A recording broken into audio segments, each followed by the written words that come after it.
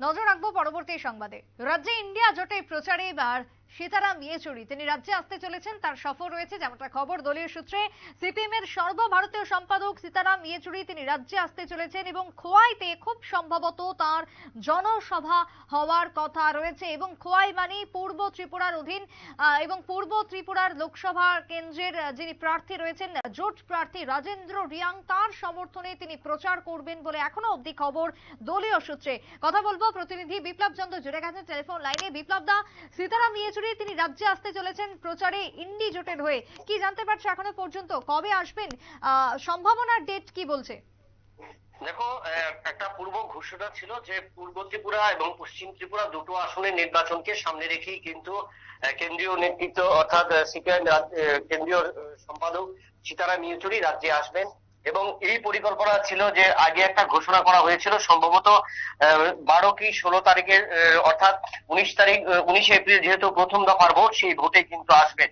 কিন্তু আজ বিশেষ সূত্রে খবর পাওয়া গেছে যে আগামী 23 এপ্রিল অর্থাৎ পূর্ব ত্রিপুরা আসন 26 এপ্রিল, তার আগে পূর্ব ত্রিপুরা আসনের প্রার্থীর সমর্থনে কিন্তু সীতারাম ইয়েচুরি রাজ্যে আসবেন। তবে সেই ক্ষেত্রে প্রথম দফার ভোটে তিনি পাচ্ছেন না, অর্থাৎ পশ্চিম ত্রিপুরা আসনের ভোটের যে নির্বাচনী প্রচার সেখানে তিনি আসতে পারছেন না। তার কারণে তিনি 23 এপ্রিল আসবেন, রাজ্যে আসবেন এবং 23 এপ্রিলের বিমানে, দুপুরে বিমানে তিনি রাজ্যে আসবেন এবং সেখান থেকে তিনি সরাসরি চলে যাবেন খোয়াইতে এবং সেখানে পূর্ব ত্রিপুরা আসনের প্রার্থীর হয়ে তিনি কিন্তু প্রচার করবেন। এবং এই প্রচারকে ঘিরে কিন্তু পূর্ব ত্রিপুরা আসনে এর আগে কিন্তু আসছেন কেন্দ্রীয় স্বরাষ্ট্রমন্ত্রী অমিত শাহ এবং সেখানে ইন্ডিয়া জোটের প্রার্থীর সমর্থনে কিন্তু সীতারাম ইয়েচুরি আসছেন, অর্থাৎ সর্বভারতীয় সিপিআইএম সম্পাদক। এবং যার কারণে এই যে প্রচার, এই প্রচার কিন্তু অনেকটা বেশি তাৎপর্যপূর্ণ উভয় দলের কাছে, বিরোধী দল ইন্ডিয়া জোটের কাছে এবং সেই ক্ষেত্রে, এবং অন্যদিকে যদি শাসক বিজেপি দলের দিকেও। তো এই কথায় বলা যায় যে আগামী 23 এপ্রিল যে খোয়াইতে সীতারাম ইয়েচুরির যে জনসমাবেশ এবং তাকে ঘিরে কিন্তু ইন্ডিয়া জোটের শক্তি বৃদ্ধির একটা নতুন মহড়া কিন্তু উপলব্ধি করবে বা দেখা যাবে ইন্ডিয়া জোটের প্রার্থী অর্থাৎ সিপিএম এবং কংগ্রেস। দেখো, পূর্ব আসনের ক্ষেত্রে তিনি হয়তো প্রচারে আসবেন যেমনটা এখনো অবধি খবর মিলছে। অন্যদিকে পশ্চিম আসনের যিনি প্রার্থী রয়েছেন কংগ্রেসের পক্ষ থেকে আশিস সাহা, তার হয়ে কি তিনি প্রচার করবেন না? দেখো, তিনি যেহেতু আসছেন 23 এপ্রিল, সেখানে কিন্তু প্রথম দফার ভোট শেষ হয়ে যাচ্ছে 19 এপ্রিল। তো সেই ক্ষেত্রে কিন্তু তিনি আর প্রচার পাচ্ছেন না। পাশাপাশি 7 রামনগর বিধানসভা উপনির্বাচন, সেখানে প্রার্থীর সমর্থনও পাচ্ছেন না। তো সেই ক্ষেত্রে একমাত্র সীতারাম ইয়েচুরির সামনে শুধু একটাই ডেট থাকছে, সেটা হলো 26 এপ্রিল। যে 26 এপ্রিল পূর্ব ত্রিপুরা আসনের ভোট গ্রহণ এবং তার আগে অর্থাৎ সড়ক প্রচার শেষ হওয়ার একদিন আগে কিন্তু তিনি আসবেন। অর্থাৎ পূর্ব ত্রিপুরা আসন। প্রশ্ন যে এই যে ইন্ডিয়া জোট, যে জোটের কেন্দ্র করে কার্যত রাজ্যে লড়াই করছে দুই প্রার্থী, একজন সিপিএম এবং একজন কংগ্রেসের হয়ে, তাহলে কি কোথাও গিয়ে জোটকে সমর্থন জানায়নি এখনো পর্যন্ত সিপিএম? তার জন্য কি তার প্রচারে কেউই এখনো অবধি আসছেন না সিপিএম এর পক্ষ থেকে? কি বলবে?